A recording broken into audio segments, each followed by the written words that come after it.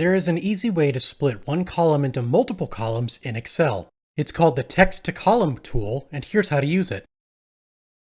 First, select the data in the column you want to separate. Next, at the top, select Data and then Text to Columns towards the middle of the ribbon. Now select Delimited if you want to separate it based on things like colons, commas, and spaces, and then click Next.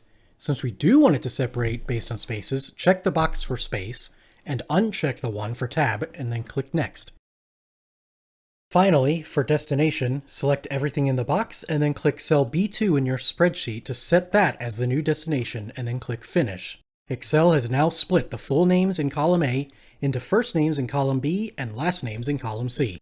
If this was helpful or new information for you, follow us at Spreadsheet Nerds for even more tips and tricks in the future, and repost to help others in your network with their spreadsheet problems.